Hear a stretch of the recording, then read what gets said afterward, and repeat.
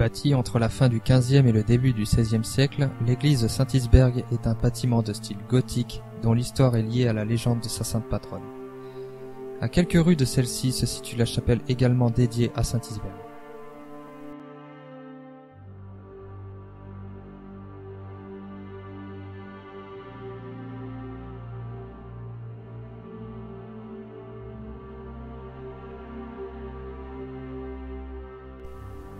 Saint-Isberg, de son nom de naissance Gisèle ou Girla en latin, est la fille de Pépin le Bref et la sœur de Charlemagne. Un jour, s'abreuvant à une source, elle rencontra Venant, ancien soldat ayant été blessé à la jambe, devenu sage et pieux. Gisèle en fit son guide spirituel.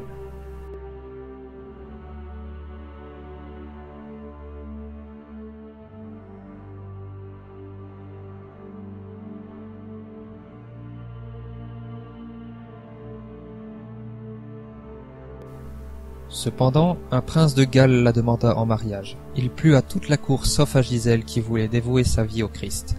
Elle pria donc auprès de Venant toute une nuit pour éloigner ce danger. Après de longues prières, elle fut frappée par une lèpre si hideuse que le prince renonça.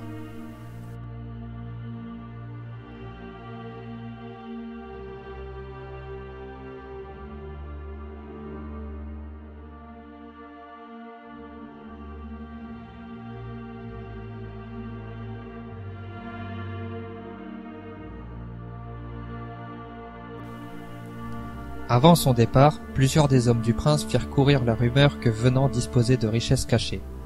C'est ainsi qu'attirés par le gain, les brigands des environs s'en prirent à Venant et le tuèrent.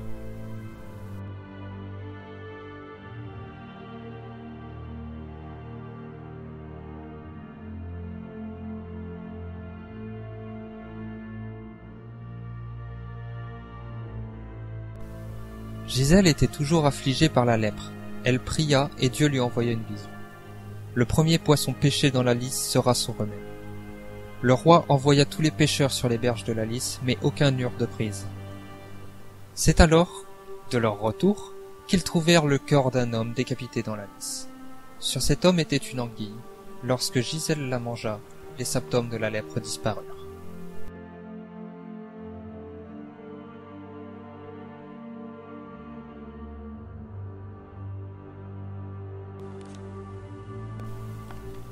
Peu après, une vieille femme aveugle demanda à s'approcher du corps, et, passant sa main sur la jambe de l'homme, reconnut la blessure qu'elle a jadis soignée, celle de Venant. Un second miracle se produisit alors, et la vieille femme fut soignée de sa cécité.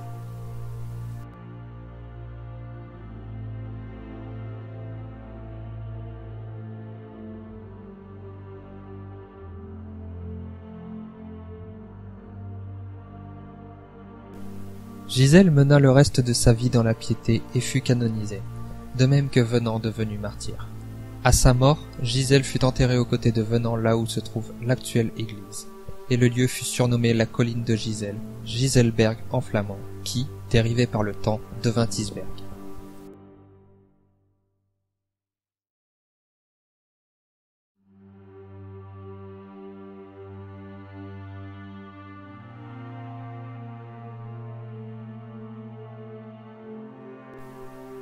La source où Gisèle rencontra Venant est devenue miraculeuse et soignerait les maladies de l'œil et de la peau. C'est à côté de cette dernière qu'est bâtie la chapelle de Saint-Isberg.